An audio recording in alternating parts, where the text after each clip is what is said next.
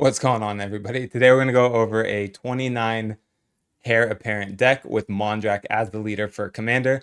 Let me know what you think by the end of the video.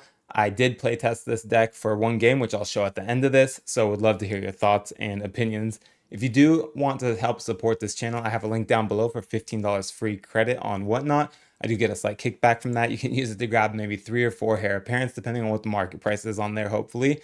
But yeah, without any further ado, let's get right into the video. So, as I mentioned, Mondrak is going to be our commander, 4-drop commander. You can maybe go with like Attack with a build like this. This is a slight Kindred deck, as you're going to see as we go through it. But I chose to use Mondrak because I think he's a little bit more resilient than Attack. So very heavy on the creatures. 29 of those are the Hare apparents, and then the other 14 are just going to be our other creatures. And these are really going to help us sustain through the game or give us some sort of either card advantage or some way of getting additional mana. So just to start here, we have Defiler of Faith, which is going to allow us to use our life as a way for to help cast those white drops. And that in combo with things like the Pearl Medallion, which is in the deck, is going to help us ramp and potentially just cast a bunch of those Hare apparents. A little bit of control here as we move through it. So we have Drannith Magistrate going to help slow down other people. And hopefully this deck typically by turn 3-4 will have a ton of rabbits on the board. Really that's the goal, is to try to ramp out those rabbits as fast as possible. And then we got to move to our win cons, which I'm going to mention a couple of them as we go. Well, I'll mention all of them as we go through the deck. But that Drannith Magistrate there is really to help us avoid any type of like graveyard recursion or potentially any really nasty commander from coming out that may just shut down the deck. So then we have Elesh Norn Grand Cenobite and then Elesh Norn Mother of Machines. Grand Cenobite, she's just going to pump all of our Hare apparents, help bring everything else down to a manageable size for us as well, so we can potentially get through if we weren't able to before with those 1/1s. The Hare apparents themselves are 2/2s, so hopefully by pumping everything to either a 4/4 or at least a 3/3, we're going to be dealing a ton of damage quickly with Elesh Norn coming out, or potentially killing a lot of the board, which was going to be just chump blockers for our rabbit army. So with that, we have Enduring Innocence and Esper Sentinel. Both of these are going to help us draw into the cards. We need to really continue to keep our hand full, especially because the CMC overall with 29 Hare apparents of this deck is going to be relatively low overall. So you're going to be casting a lot of your hand. You do not want to stall by potentially having no cards in hand. So Esper Sentinel, Enduring Innocence, those are good options in the deck. I was debating about putting in Welcoming Vampire. As you guys can see, it is in the sideboard options. Potentially move another Hare apparent, but with that, you'll get less consistency. I found that right around like 28 to 30 Hare apparents really makes it so you never run out of them in your hand. You usually have at least one of them in your hand, and you can just keep multiplying those rabbits. As soon as you get 2 to 3 of these things on the board and Mondrak is out, it gets completely out of control. Again, Grand Abolisher, another Staxy piece. What white is known for, we're in mono white with this deck. Again, going to help slow down our opponents potentially if they're trying to do stuff to us on our turn, or potentially prevent someone from Teferi's protectioning or something like that if we go to kill them on their turn. Maybe a fog, other things like that. Just help us avoid any of those combat tricks that would not allow our army to get through. Guide of Souls. So you guys are probably like, why the heck do we have guides in here? It does give energy. It is going to give a ton of energy with the number of rabbits and tokens we're creating. But the main reason for Guide of Souls, and it is the same reason we run Lunarch Veteran in here, is to help sustain us throughout the game. Because with Guide of Souls and Lunarch Veteran, we're really going to be able to hopefully help sustain our life total. And Lunarch can actually double. We can sack it ourselves if we need to, recast it with one of the altars, and use it to basically go infinite mana, but also gain almost like infinite health at some point in the game. So really, those are there to help sustain our life totals if we need it. And then we get right into the Hare apparents. So if you guys are not aware what this card does and you're just watching this video and you're like, man, I want to build this deck. So it is a 2/2. It came out in Foundations. It says when this creature enters, create a number of 1/1 white rabbit creature tokens equal to the number of other creatures you control named Hare apparent. So the first one comes out, you get 1. Second one comes out, you get 2. So on and so forth. With Mondrak, we're going to double that up. Attack, we're going to triple it up. And then Anointed Procession, we are going to increase that even more. Obviously, if we have an Elesh Norn now, it's going to trigger an additional time. As you can see, it just gets way, way out of control. Lunarch Veteran, again, that is there for the life gain mainly. Actually, the only reason Lunarch is there is for the life gain. Really low CMC. Again, we kind of have like a low CMC overall for this deck. There are a couple of pretty expensive ones, being the Elesh, both the Elishes, I believe Ojutak is being like the high end of the deck at 6 drop, and then a couple other things that are in like the 5 range. White is typically a pretty expensive deck to play as far as like CMC goes, but this one manages to stay very low to the ground. We have Mirror Entity here.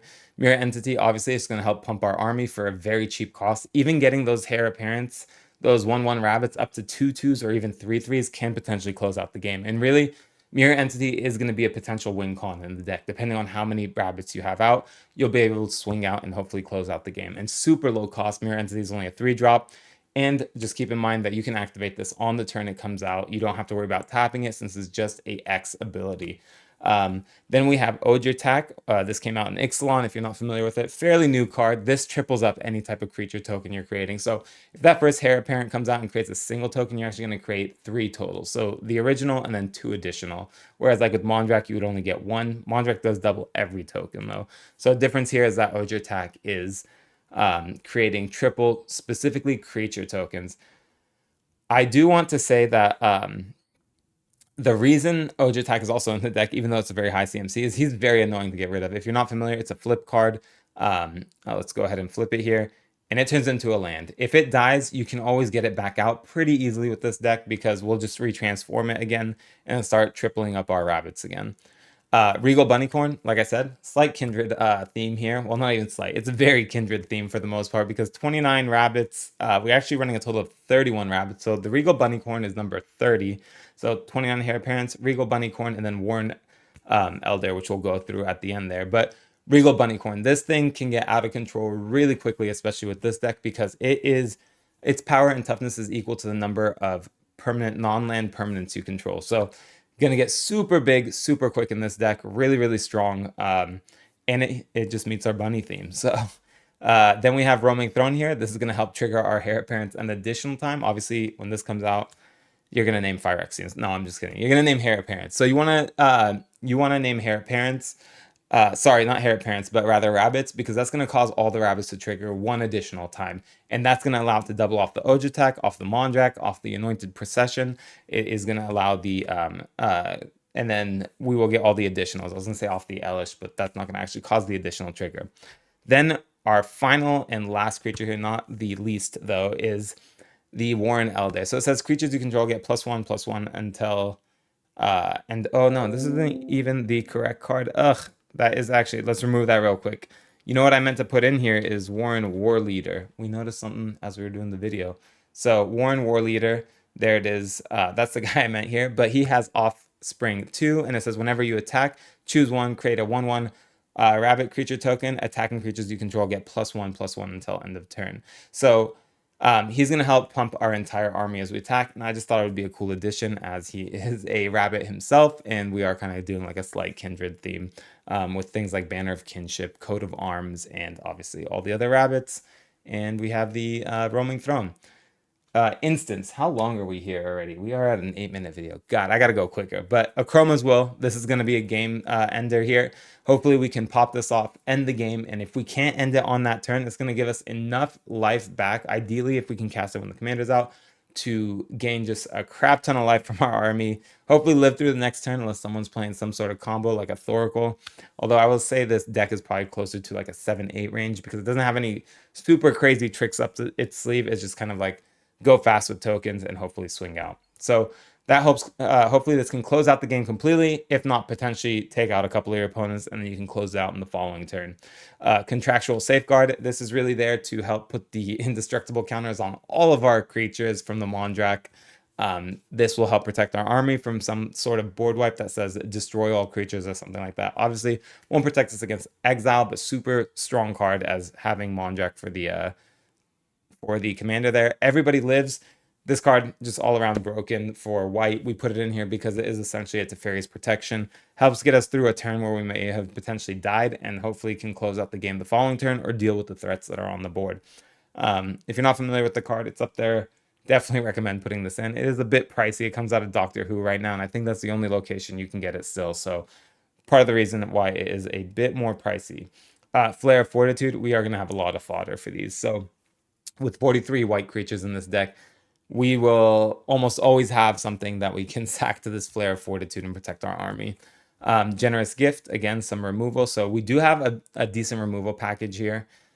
We have March of Otherworldly Light, and I'm just realizing that we actually don't have a swords in here for some reason. Probably can swap it out for something. I would have to see. Maybe one of the Hare parents can go, but that would be, like I said, we want to try and keep the consistency. We have a Path to Exile.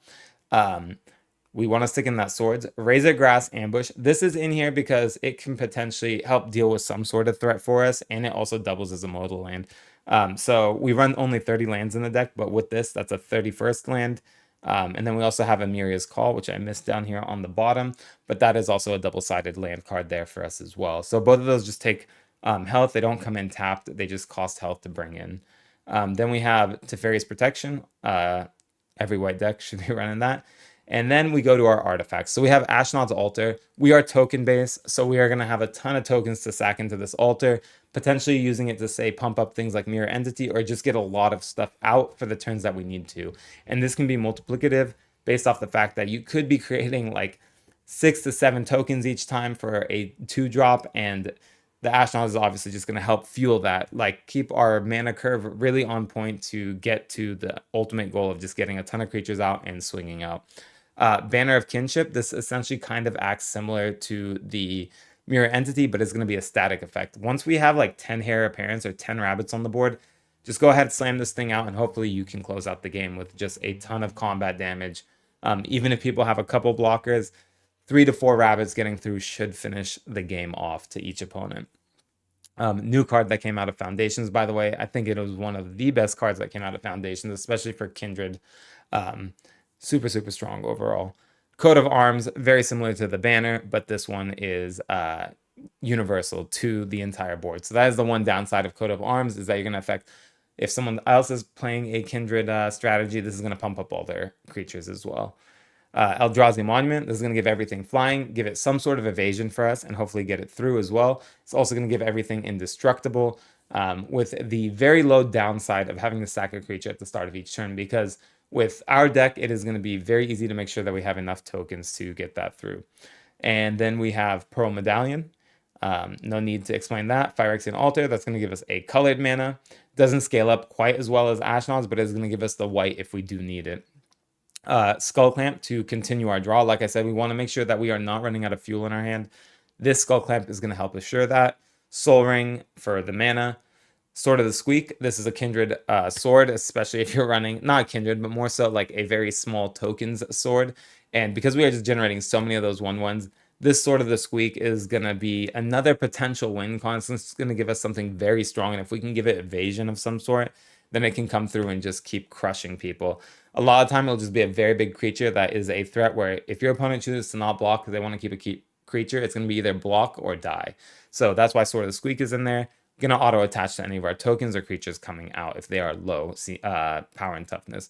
The One Ring, we get this out, we're going to have consistent card draw. This card is just overall busted. There's a reason why it's sitting at the price range it is, despite being available in every bundle when it came out. Then we have Throne of Eldraine, really good mana rock for any type of deck that is running, that is monocolored. And then again, going to help us draw cards if we need to draw cards. Anointed Procession goes in every token deck that has white in it. Dazzling Theater, this is going to give us Convoke for all our creature spells, and again going to help us if we are like kind of stagnating on lands. Hopefully we can get one of these things that either give us Convoke or some sort of sack outlet that helps give us more mana. Land Tax, really good card again. Land Tax is going to help us also thin the deck, remove all the lands that are in there, and just get us to drawing basically the Hare appearance and everything else that we need to close out the game. We have Smothering Tithe. This is just good for helping us kind of ramp into those Hare appearance and get the mana. And then Starlight Spectacular. Starlight Spectacular is also going to be a game ender, because if you have enough tokens out during the combat phase, this is going to allow a couple of those rabbits to be so large that usually 1 or 2 people are not going to be able to block those large creatures, and they're going to be taken out.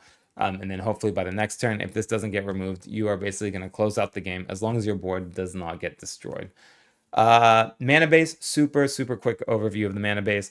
Ancient Tomb, double mana. We have 4 of the fetch lands. I don't know why I don't have the 5th in there. You can always remove a plains and add one in there, or you can potentially take them all out and just add plains if you want to keep this as a budget friendly deck. We have Cavern of Souls, obviously going to name bunnies there. I wouldn't worry too much about getting Mondrak out. This deck can function without Mondrak, so do not name Phyrexians, because getting those rabbits out every time consistently is going to be what wins you the game.